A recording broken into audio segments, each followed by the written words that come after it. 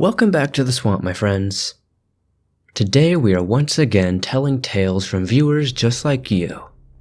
These viewers sent in stories from their hunting trips that'll freak you out. If you have a hunting story or something else you would like to share in a future video, be sure to submit it at swampdweller.net or the email you can find in the description down below. I'd love to share your story with everyone here in the swamp. It's stories like yours that help keep this channel going.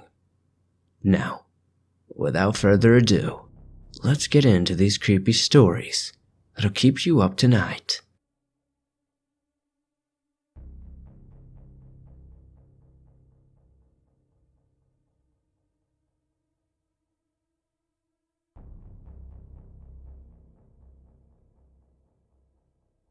I'm a person who is not scared easily, but when this happened, I was terrified.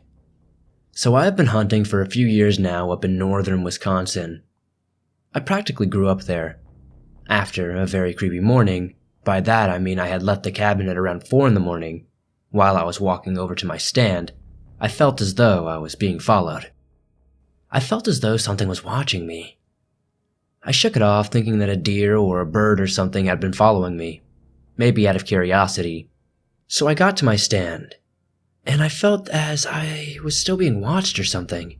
I just could not shake this feeling. By the time it had turned into day, I was beginning to go and pack up my gear. I got down and saw a few wolf tracks and a little blood. It seemed pretty normal to me because they do frequently kill deer, bear, and other wild animals. So I get to the cabin and I had taken off all of my oranges and had sat down to watch the Packers game. After the game, I took a nap, and when I was awoken, it was dark, so my father, brother, and I all had dinner, and they went back to their cabin. I had sat there in my cabin watching TV when I heard something outside. At first, I simply passed it off as the wind.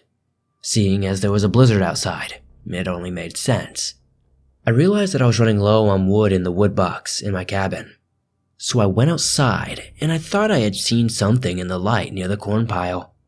Now, at the same time, I had just the other day read an odd story about some kind of creature that had a bunch of loggers nearby in the 1800s, had been attacked by a massive, sort of tiger-like thing. I had thought it had been a deer, thinking that story had been just that, a story. As I had left the cabin, the thing moved. It was around 2 meters in length and taller than myself. I am 5'10". The second that I seen it move, I booked it into the cabin. I quickly put the magazine into my rifle and opened the chamber and was looking into the window, watching its pace around the pile. Just had a view of the light. I stayed up the rest of the night watching it until I had finally felt that it had gone away. The next morning, I went to where it had been and found a massive amount of blood. It was fresh. I was terrified. I didn't leave the cabin unless accompanied by an adult. They kept trying to tell me that they had shot a deer near that pile, but they didn't drop it. When we finally left, I was happy. I didn't tell anyone about that event. I thought that I would have been labeled as a liar or crazy. This is the first time I have ever shared this with anyone.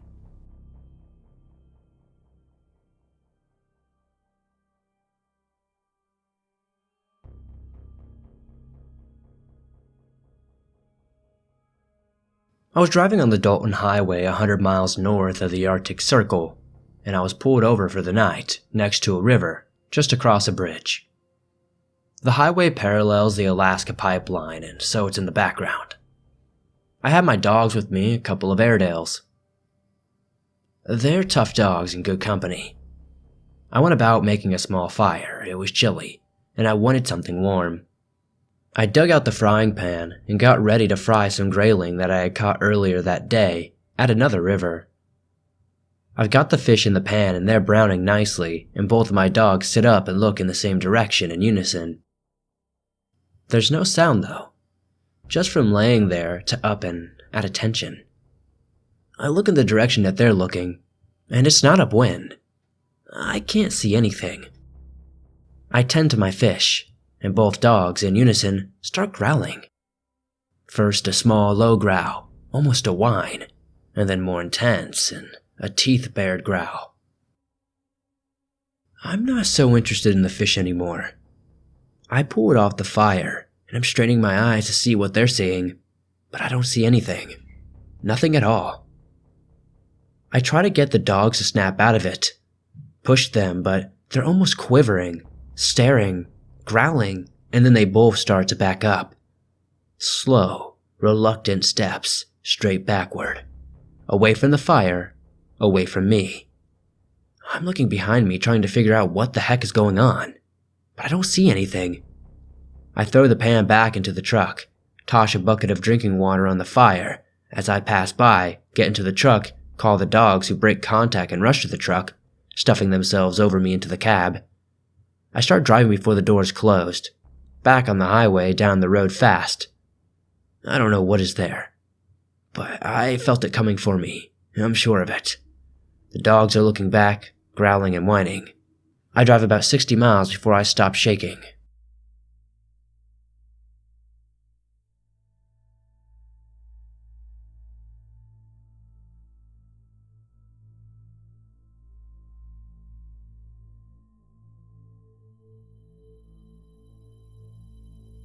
I'm not really an outdoorsman at all, but would go deer hunting with my grandfather in South Arkansas and North Louisiana. Lots of scary stuff out there. The fairly remote woods he lives in used to have families 60 to 100 years ago, but now it's just my grandparents, aunt, and 2 other families. Honestly, I couldn't even tell the area used to have sprawling farms, mansions, etc. It's just dense woods with a cemetery at the opening of the road. Despite being devoid of life, you never really feel alone out in those trees. He and my grandma would always tell us about the stuff they had seen out there. UFOs, ghosts, Bigfoot, just to name a few. Anyways, this one time he takes me off deer hunting when no one else is out. The family deer club keeps track of who's out there and when. It's early enough that it's still kinda dark out. We take a 4-wheeler out 5 minutes off the dirt road, set off on foot for maybe another mile to a clearing that he calls the pit. It's a large area with a deep bowl in it. The trees are all around. We're standing at the top of it, looking down and to the tree line across. A pretty scenic spot. Perhaps not ideal for hunting, but we stop to sit and enjoy the sounds and the sky as daylight breaks. A rare sight amongst tall trees. We sit for a while. I remember it being cold, but not really having a breeze. The sounds of the birds stop suddenly. My grandpa looks at me and puts a finger to his mouth. Soon, we start to hear whispers.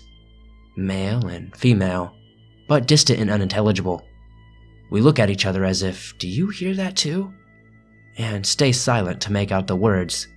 It seems to be coming from the trees across the pit. We stand up, so that hopefully, if they're hunters, they see us and our vest. What we thought were 2 voices multiplies until we hear the whispers come all around the clearing. Words I couldn't make out, but they felt so close, even to the trees closest to us. It wasn't fear as I've ever gotten from a movie or a jump scare. Just this primal, get the heck out of there feeling, enough to make my eyes well up with tears. Before we turn to do just that, the whispers stop. My grandpa and I wait for a second before we speak. Lots of words that would surely result in smacks from Grandma. And we head out, guns in hand. I'm aware of all the rational explanations for this experience, but I will never forget choking down a sob of pure terror like that.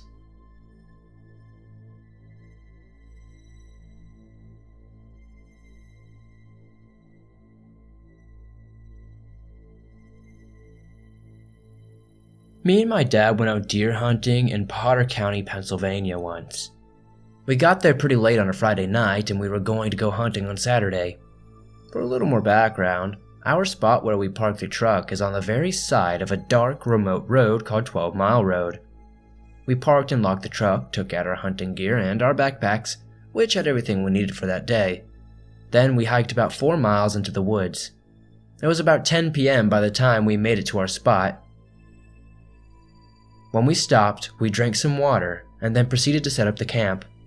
We had our tent set up and we were getting ready to settle in for the night when we hear something walking around the outside of our tent. We thought nothing of it and considering that we had some food in the tent, it was probably just some sort of bear or raccoon maybe, which was our mistake. We were too tired to hang it in the tree. It slowly walked around our tent, and then slowly walked away. Then eventually we heard the footsteps fade off in the distance. We fell asleep and I woke up around midnight to step outside and use the bathroom. I hear the same footsteps walking back toward me as soon as I open up the tent. I shine my light around, and as soon as I see what comes from the sounds, I stopped. Keep in mind we are 4 to 5 miles from the nearest road, which was essentially a wide path, and about 20 miles from any sort of town, maybe 7 miles from the nearest hunting camp, which makes the following very odd. I went and stepped back inside the tent and laid back down. About 3 minutes later, the footsteps were right outside the tent. Then I heard some whispering. I then woke my dad up and told him to be very quiet, and to load his .30-06 rifle as I loaded my .300 Winchester Magnum. We laid still for what felt like forever, until I heard from outside the tent, 3, 2, 1, open, and our tent door gets ripped wide open, and there are 2 men trying to get into our tent. My dad and I both fire a shot, but hit nothing as the hooded figures were gone as soon as they saw we had firearms. We immediately packed our stuff up and raced to the truck, threw it in drive, and hauled ass out of there. We went back to the nearest 24/7 convenience store, called the police, and then spent the rest of the night in the truck. I hope this never happens again, as it was easily the most scary thing that has ever happened to me and my dad. Ruined our hunting trip too. We have been to Potter County since, but I would never go near that spot where this happened.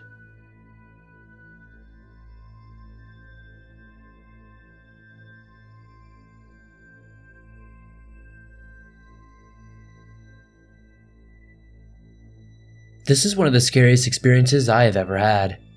My 80-year-old grandpa, who walks with a cane, has COPD and very bad knees that I will refer to as Papa, and I were white-tailed deer hunting in the hills of Oklahoma. We had a spot right off the side of a mountain where we could walk off the side and find 2 separate trees to sit beside. Now, we had hunted the spot many times in the past and always saw something. The morning of that fateful day was foggy. We couldn't really see 10 feet in front of you.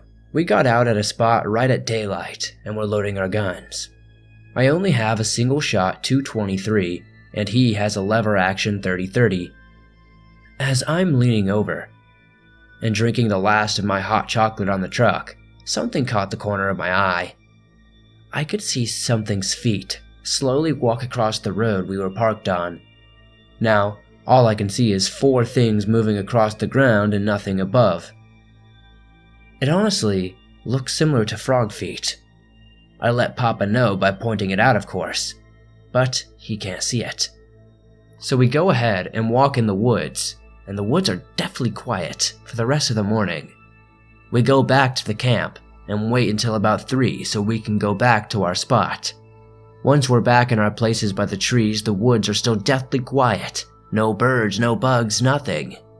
Then I see it about 100 yards in front of us. Something flicking its tail. The tail flicking, I know, could be a cat. A big cat. This thing could move like a bat out of hell. Let me tell you that the moment I saw this thing, it seemingly knew and took off to our side like a rocket. I knew it was stalking us. I get it moving slow and got to my papa. I told him what was going on, and he gets serious and tells me we have to go and get up. He takes the front, and I walk backward and sideways up the hill, while he was there sitting for a few times because, like I said, his bad knees, we had to take multiple breaks. I see the cat every time, but he's always in a different spot. We finally made it back to the truck and got out of there. We didn't go back to that spot for another year or so.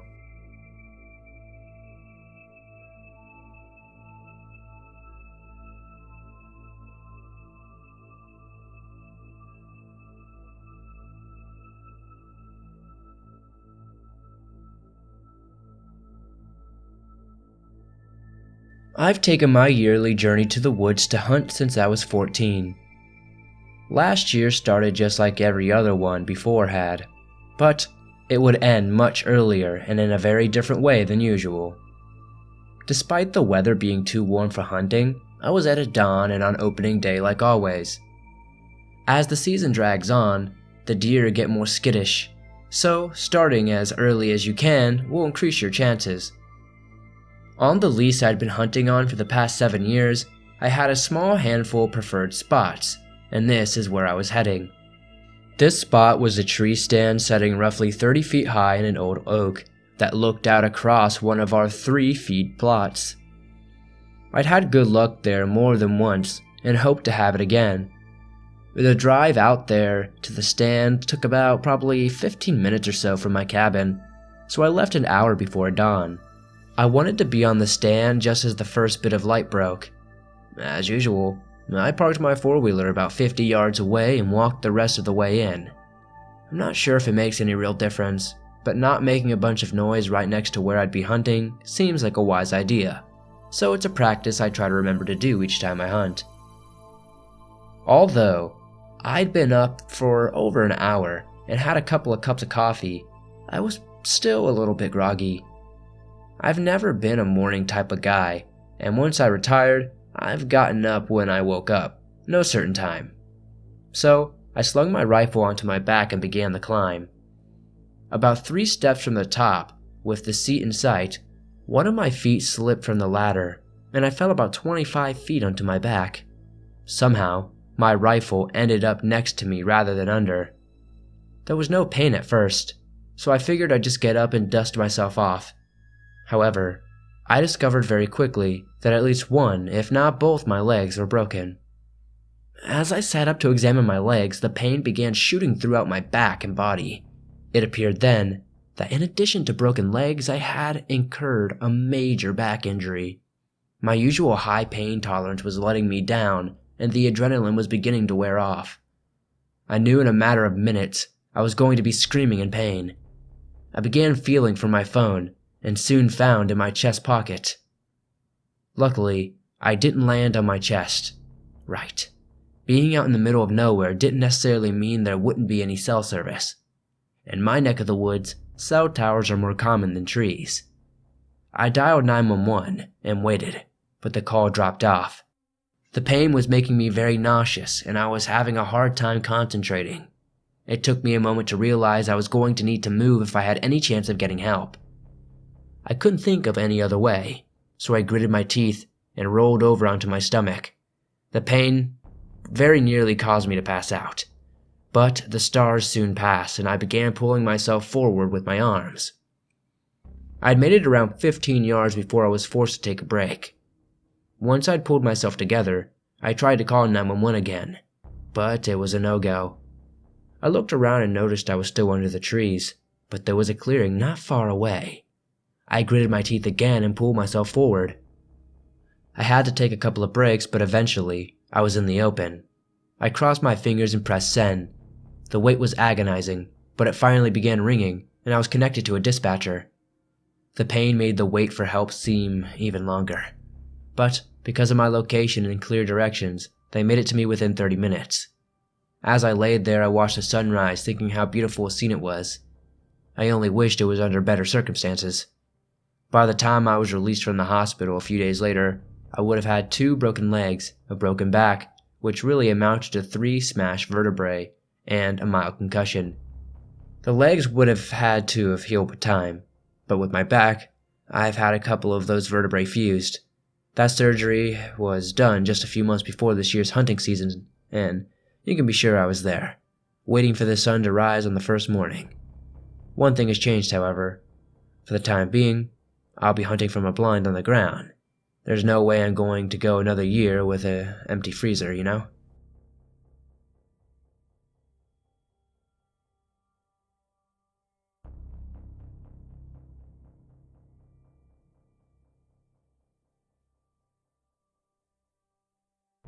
Hello, Swamp. After hearing many other people's stories, I was convinced to share my own. This is a story of something that happened to me 8 years ago. I am an avid hunter and have been hunting since I was 13. Thinking about this story still gives me goosebumps. It starts off with me riding in the back of my dad's truck with my dad and my uncle in the mountains of Montpelier, Idaho. It was October, and we were deer hunting. I was asleep in the back seat and awoke when the truck stopped. I opened my blurry eyes and looked out the frosty window to see if it was still dark out. The sun had not yet risen.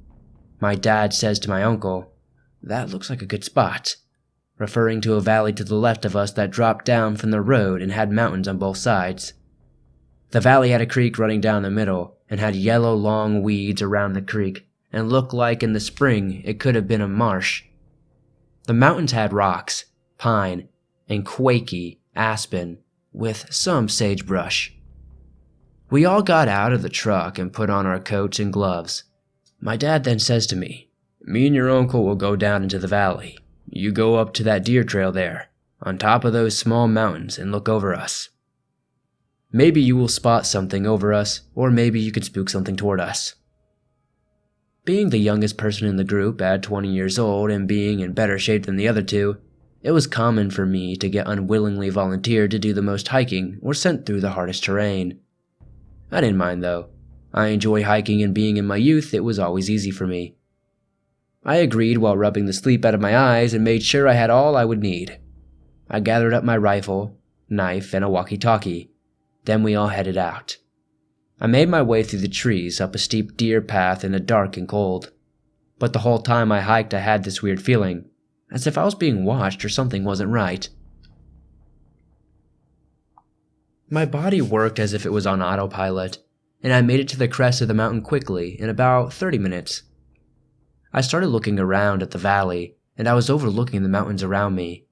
It was just after twilight and the sun was starting to peek up around the mountains. I could see my breath, and the sunrise was quite beautiful. Also, I was in a good spot in time for deer. As I looked across the mountain from the one I was on, I spotted a dot of orange. I grabbed my binoculars and looked at the dot of orange. It was another hunter, not my dad or uncle. I thought to myself, guess we weren't the only ones who thought this was a good spot. As I pulled a piece of Halloween candy out of my pocket and started to unwrap it, I start looking closer at my own mountain and surroundings. These mountains have what we call fingers. It's where the mountain goes down and back up again. On a few of these fingers over, I notice a big pine tree with sagebrush around it and something that looks like antlers. I get out my binoculars again and try to figure out what I'm looking at. At first it looked like someone was kneeling under the tree with one of their arms holding on to a branch, and the antlers were a dead deer. As if someone was hauling down a dead deer on their back or something. But the more I looked, the more I could see that it was not a person, but something I could only describe as a dead deer with huge antlers and old skin that you could see bone through. It was kneeling under the tree with one arm going up to hold itself onto a branch. It was facing as if it was watching that same hunter I had seen across the way. I then see a big breath of cold air come from its mouth as it sensed me looking at it or something. It started to turn its head slowly toward me. At that moment, I heard a crack on my walkie-talkie, and it goes off, startling me. I drop my binoculars and hear my dad's voice come through the walkie-talkie saying, "Dakota, there are too many hunters here. Head back to the truck." With my heart pounding in my chest, I reach down and pick up my binoculars and look back at that spot. This time, though, there was nothing there but sagebrush and the big pine tree. After replying to my dad that I was making my way back down, I made my way back to the truck, the whole time gripping my rifle and trying to make it out in my head that I just saw something that I made up. I don't know. I didn't say anything to my dad or uncle when they got back and spent the whole day thinking about it. I eventually told myself I was just tired and imagined it or something. I didn't want them to think I was crazy. That night we stay in our camper and we have a stew for supper. We go to bed early so we can get up early again to go hunting more. During the night, I wake up and have that same feeling that I had that morning in the woods. I don't know what woke me up, but I lay there listening and hear something as if someone was walking around our campsite. I think it's maybe coyotes or some small animal getting into our garbage. After a while, it goes quiet, for about 5 minutes, and I'm almost back to sleep, when suddenly from the direction of the woods by our camp, I hear, "Dakota, Head back to the truck.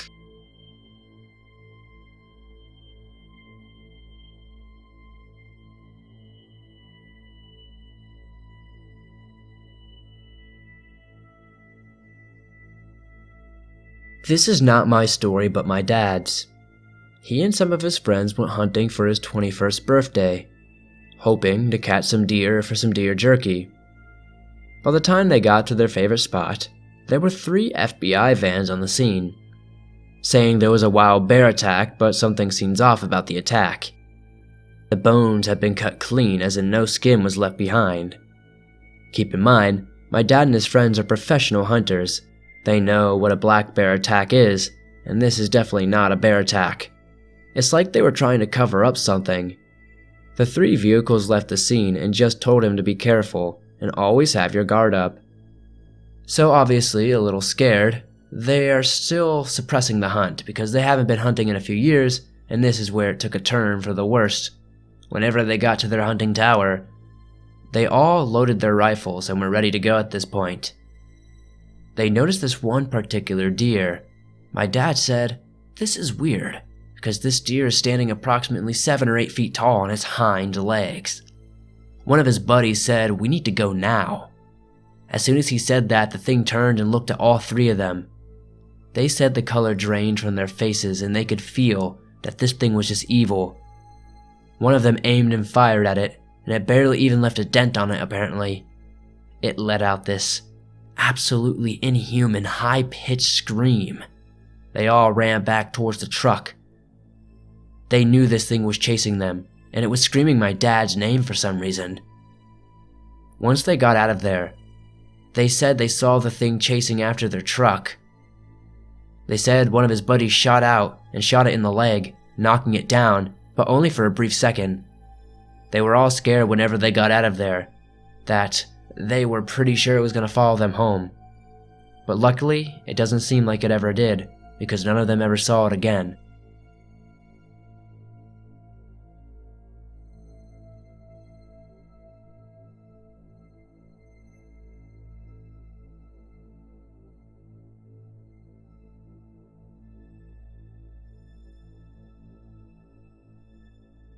This happened about 4 years ago during the fall, during a deer hunt. My dad, my older cousin, and I had gone to our hunting camp for the weekend to see if we could get a deer. As we drove in, we were stopped by this huge rock sitting perfectly in the middle of the road. But honestly, we don't think much of it and just move it and head on our way. So fast forward to later that night. It was about 1 a.m.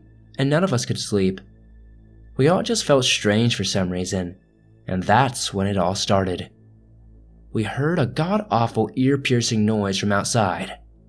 I don't even know how to describe it. Honestly, I don't even know what it sounded like.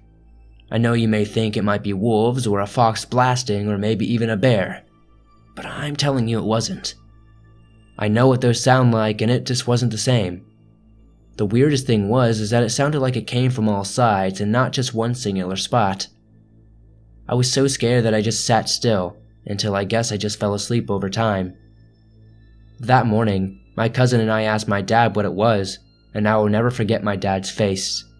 He looked at me almost scared.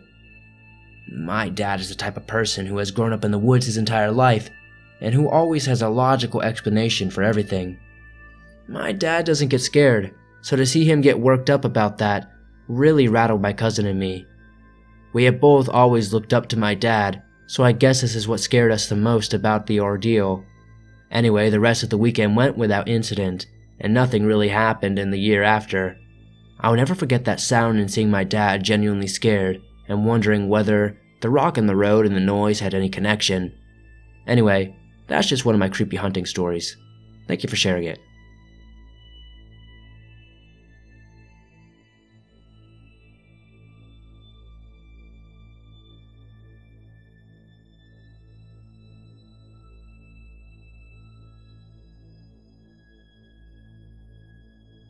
I come from a big country family. We live on a farm. We raise our own food and meat and animals. We hunt and process. My dad's first cousin is even a licensed taxidermist. So we get a lot of hunting in. For a bit of backstory, on the homestead I grew up on and still live on, it was my parents, my pop's first cousin and his wife, me and my 4 sisters, and my 4 female second cousins. So, 4 adults and 9 kids, with lucky me being the only boy. And sometimes my pop's brother comes to stay with us too, especially when hunting season is starting up.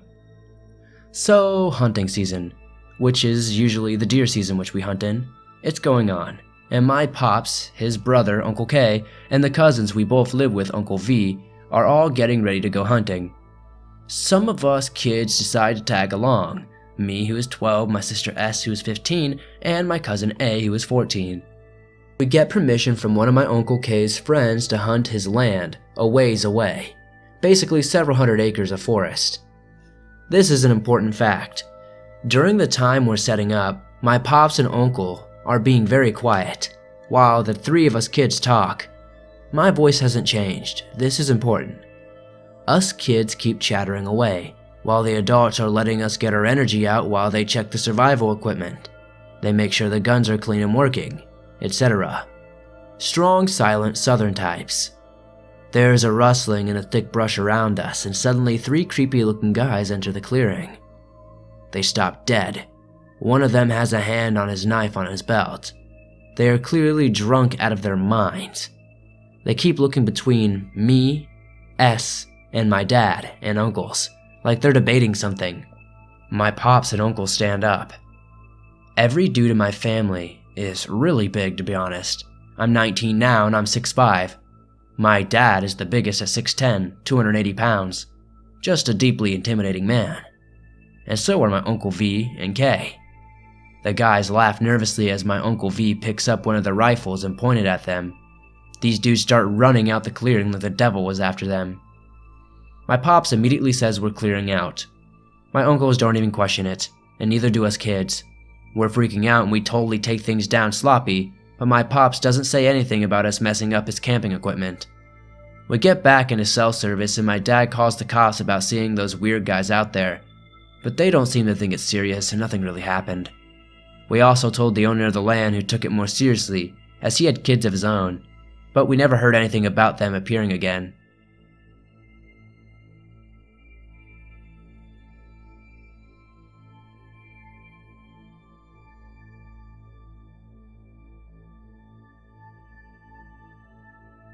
Thanks for listening to these creepy stories from hunting trips sent in by viewers just like you. If you enjoyed these stories, please help me out and hit that like button, as it helps me out a ton. If you're new to the swamp, why not join us? Hit the subscribe button and turn on notifications to never miss a new video, as I upload them almost every single day, and all things natural and supernatural. If you have a story you would like to share in a future video, whether it's a hunting story or something else, be sure to submit it at swampdweller.net or the email you can find in the description down below. I would love to share your story with everyone here in the swamp. It's stories like yours that help keep this show going. If you're not aware, you can download your favorite Swamp Dweller scary stories on iTunes, Spotify, Stitcher Radio, and just about every other place you listen to podcasts. Thank you guys, as always, for supporting the swamp the way you do. I couldn't be doing this every day without you. If you guys made it all the way to the end, please answer this question for me in the comments. What do you find more scary, Bigfoot or Dogman? I'll see you guys soon with another creepy video.